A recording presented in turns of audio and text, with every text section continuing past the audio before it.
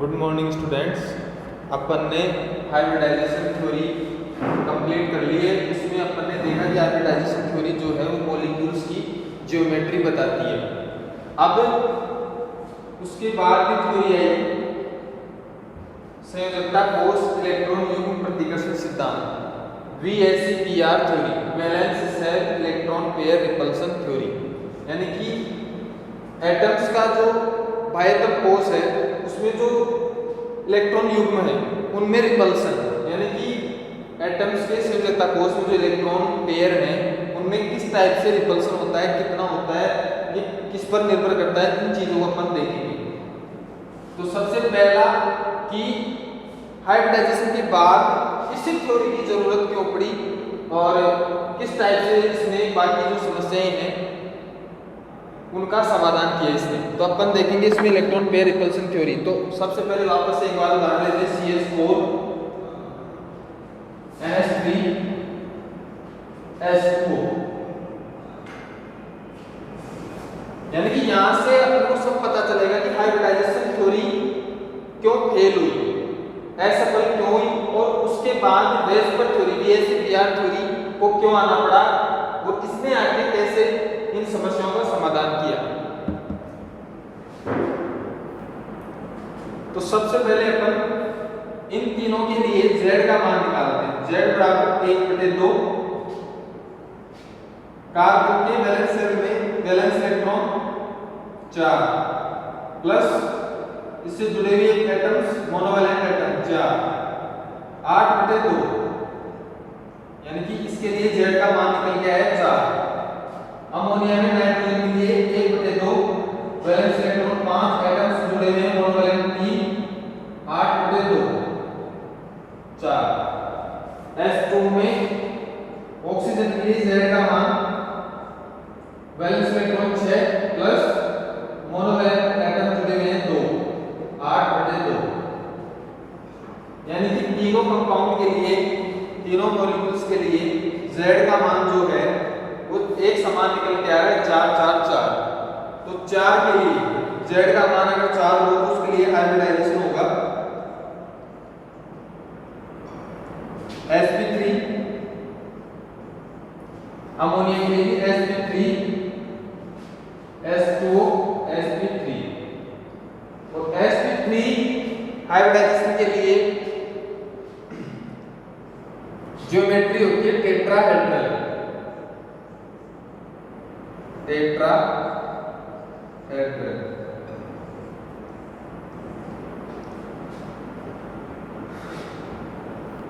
अब सबसे पहले अपन इन मॉलिक्यूल्स की स्ट्रक्चर देखते हैं। मीथेन की स्ट्रक्चर टेट्राहेड्रल, ज्योमेट्री टेट्राहेड्रल इस टाइप से। अमोनिया में 3 हाइड्रोजन एटम और एक लोन पेयर प्रेजेंट होता है हाइड्रोजन। S2 में oxygen central atom 2 hydrogen atom जुड़े हुए और इस पे प्रेजेंट होते हैं 2 लोन पेयर। ये इनकी स्ट्रक्चर है। अब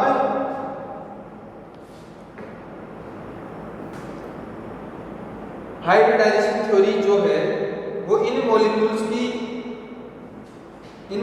की चारों तरफ एटम्स के अरेंजमेंट के अनुसार इनकी ज्योमेट्री बताता है कि sp3 हाइब्रिडाइजेशन हो तो ज्योमेट्री होगी tetrahedral.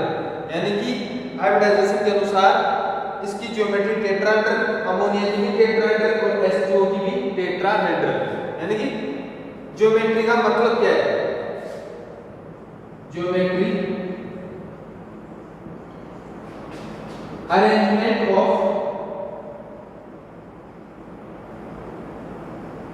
arrangement of bond pair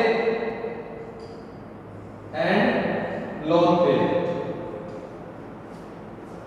यानी कि बॉन्ड पेयर और लोन पेयर का विन्यास, यानी कि सेंट्रल एटम के चारों तरफ कुल इलेक्ट्रॉन पेयर जो भी प्रेजेंट है सभी को देखा जाता है arrangement of bond pair and lone pair, और उसके हिसाब से उसकी ज्यामिति बताई जाती है, ज्योमेट्री बताई जाती है। अब बात आती है शेप की। शेप में, अब शेप को बताने से पहले यानी कि अगर अपन इसकी संरचना को देखें मीथेन की, तो मीथेन में बॉन्ड पेयर कितने प्रेजेंट है? 4। पहला बॉन्ड पेयर, दूसरा बॉन्ड पेयर, तीसरा और चौथा, यानी कि इसमें बॉन्ड पेयर की संख्या है 4। लोन पेयर इसमें है नहीं, लोन पेयर 0। अमोनिया में बॉन्ड पेयर 1, 2 और 3, बॉन्ड पेयर की संख्या है 3, लोन पेयर 1 प्रेजेंट है। H2O में ऑक्सीजन के चारों तरफ बॉन्ड पेयर की संख्या 2, 1 और 2, लोन पेयर की संख्या भी 2। अब हाइब्रिडाइजेशन के अनुसार इनकी शेप और ज्योमेट्री टेट्राहेड्रल, जबकि इनकी संरचना देखने से पता चलता है कि मीथेन में जो 4 बॉन्ड पेयर हैं, इनके बीच में आपस में बॉन्ड एंगल होता है 109.28 मिनट, 109 डिग्री 28 मिनट। चारों बॉन्ड यानी कि सभी के बीच में बॉन्ड एंगल होगा 109 डिग्री 28 मिनट। अब ज्योमेट्री इसकी टेट्राहेड्रल समीकरण इसमें sp3 है। उसके बाद अमोनिया की बात करें तो इसमें 3 बॉन्ड पेयर प्रेजेंट है और 1 लोन पेयर, और अमोनिया के लिए बॉन्ड एंगल निकल के आता है, जबकि इसमें भी हाइब्रिडाइजेशन कितना है? sp3।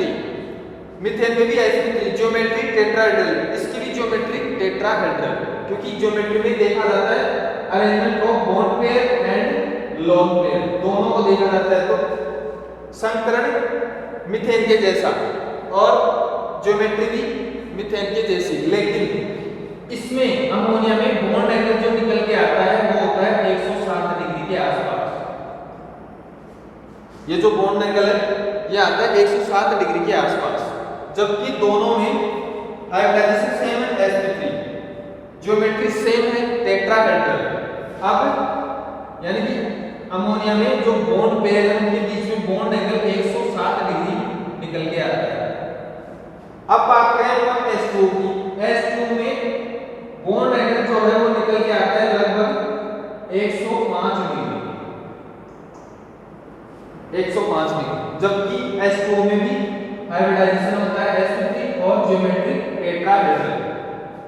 अब इसमें तीनों स्ट्रक्चर को देखने से ये क्वेश्चन बन रहा है कि ज्योमेट्री सेम है और हाइब्रिडाइजेशन सेम है, उसके बाद भी जो बॉन्ड एंगल डिक्रीज हो रहा है, इसका रीजन क्या है?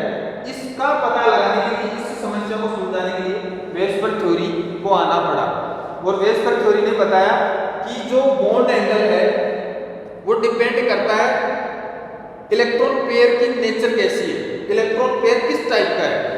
यानी कि यहाँ पे इलेक्ट्रॉन पेयर जो है वो सारे के सारे बॉन्ड पेयर है, बॉन्ड पेयर 4, लोन पेयर 0, यानी कि जितने भी इलेक्ट्रॉन पेयर है वो सारे के सारे बॉन्ड पेयर बॉन्ड बनाने में काम आ रहे हैं। अमोनिया की बात करें तो इसमें 3 बॉन्ड पेयर और 1 लोन पेयर, यानी कि यहाँ पे जो टाइप है इलेक्ट्रॉन पेयर का वो चेंज हो रहा है, यानी कि यहाँ पे 3 इलेक्ट्रॉन पेयर जो एक समान है और 1 इलेक्ट्रॉन पेयर तीनों से अलग है, यानी कि बॉन्ड पेयर यहाँ पे 3, यानी कि यहाँ पे 6 इलेक्ट्रॉन जो है वो आपस में बॉन्ड बनाने में काम आ रहे हैं, 2 इलेक्ट्रॉन स्वतंत्र है। H2O की बात करें तो ऑक्सीजन के चारों तरफ यहाँ पे 2 बॉन्ड पेयर और 2 लोन पेयर, यानी कि यहाँ पे जो नेचर है, टाइप है इलेक्ट्रॉन पेयर का वो और भी ज्यादा चेंज हो रहा है। यानी कि तीनों स्ट्रक्चर में जैसे जैसे आगे चल रहे हैं अपन, लोन पेयर की जो संख्या है वो बढ़ती जा रही है और एक चीज जो है बॉन्ड एंगल वो डिक्रीज होता चला जा रहा है। अब इसमें बॉन्ड एंगल कम होने का रीजन है कि इलेक्ट्रॉन पेयर जो है वो किस नेचर का है, बॉन्ड पेयर है या लोन पेयर है। अब इसमें होता यह है कि लोन पेयर जो है उसका साइज बड़ा होता है बॉन्ड पेयर की तुलना में, यानी कि स्पेस में ये जो लोन पेयर है ये ज्यादा आयतन घेरता है, इसका साइज बड़ा होता है। तो और इलेक्ट्रॉन ये जो बॉन्ड पेयर जितने भी हैं वो सारे अपने आप को ऐसी जगह अरेंज करने का प्रयास करते हैं जहां वो स्टेबल हो सके, यानी कि रिपल्सन कम से कम हो। जहां रिपल्सन कम से कम होगा मॉलिक्यूल्स वहीं स्टेबल होगा।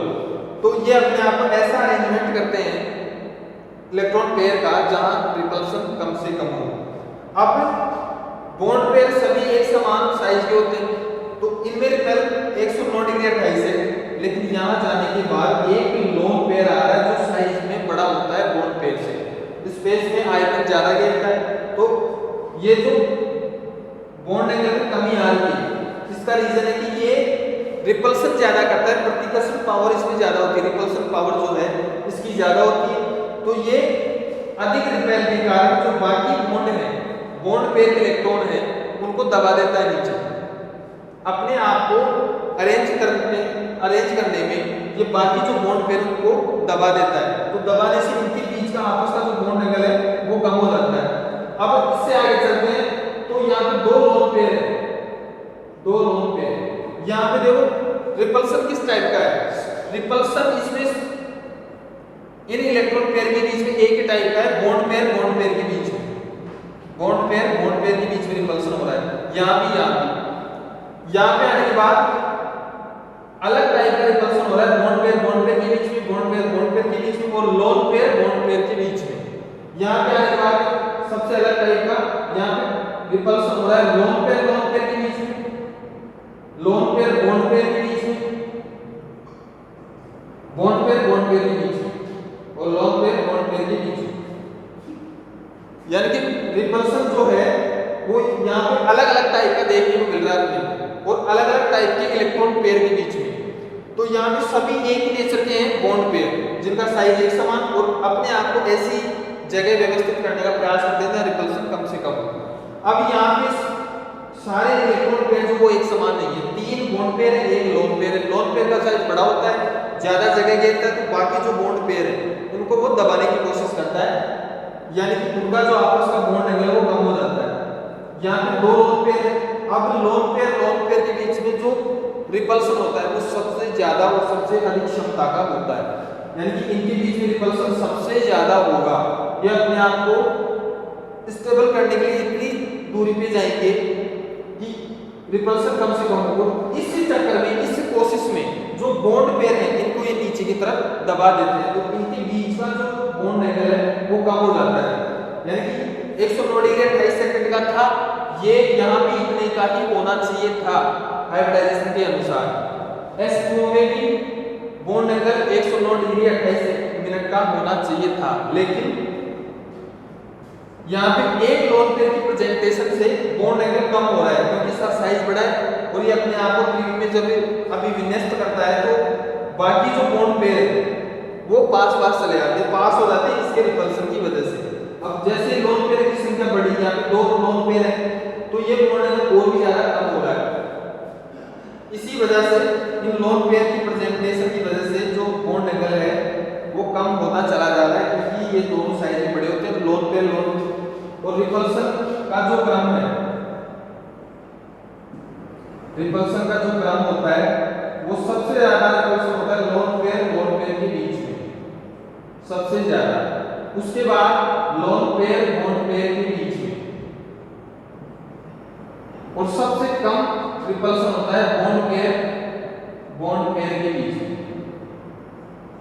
ये रिपल्सन का ये सीक्वेंस होता है बीच में। अब सबसे ज्यादा रिपल्सन होगा इन दोनों के बीच में, ये वाला लोन पेयर के बीच में, फिर उससे कम लोन पेयर बॉन्ड पेयर के बीच में और इधर से, और सबसे कम रिपल्सन ये वाला बॉन्ड पेयर के बीच में। तो इस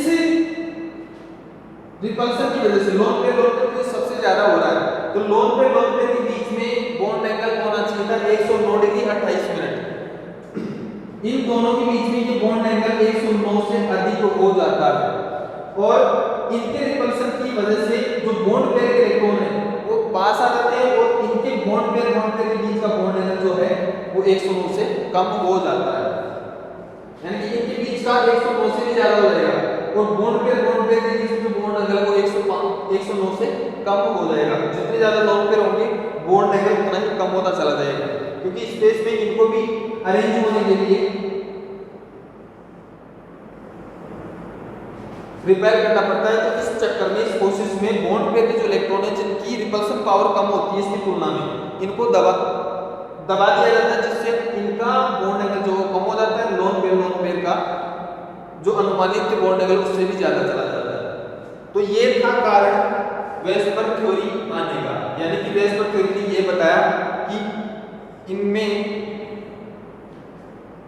बॉन्ड एंगल जो है की संरचनाओं को देखने से पता चला कि बॉन्ड एंगल जो डिक्रीज हो रहा है कब, लोन पेयर की प्रेजेंटेशन से।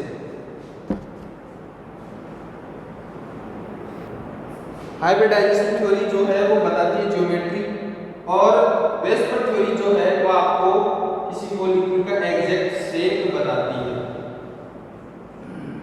शेप यानी कि शेप का मतलब है कि सेंट्रल एटम के चारों तरफ एटम्स का अरेंजमेंट। केवल अपने को एटम्स देखने हैं कि कितने एटम्स उसको चारों तरफ से एटम्स ने घेर रखा है, यानी कि बॉन्ड पेयर इलेक्ट्रॉन जो है उन्हीं को देखना है।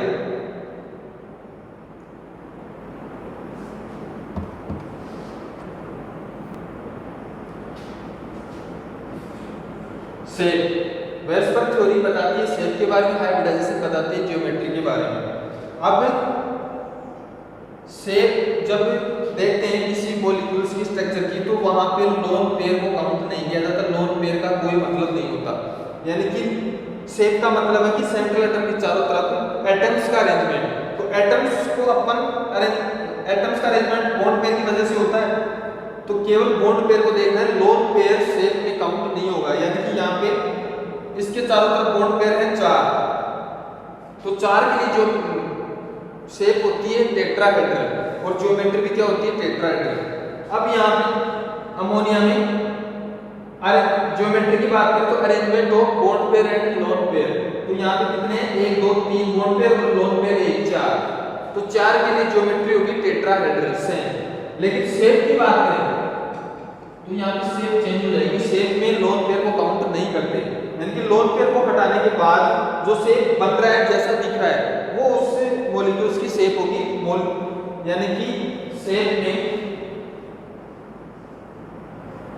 लोन पेयर का कोई लेना देना नहीं है, शेप में केवल बॉन्ड पेयर को देखा जाता है, कितने बॉन्ड पेयर। और शेप लोन पेयर को हटाने के बाद अपने को साइज दिख रही है कुछ पिरामिड जैसी, यानी कि पिरामिड के समान इसकी शेप होगी। अब अपने बात करें S2 की, S2 में ज्योमेट्री की बात करें तो ज्योमेट्री इसकी टेट्राहेड्रल और संकरण है sp3। लेकिन यहाँ पे शेप की बात करें तो अपने को केवल बॉन्ड पेयर देखने हैं, ये वाले लोन पेयर को नहीं देखना। तो लोन बॉन्ड पेयर के हिसाब से अपने को कुछ दिख रहा है बेंट के जैसा, एंगुलर, यानी कि उल्टा वी की तरह। तो इसकी शेप होगी वी आकार या बेंट या एंगुलर।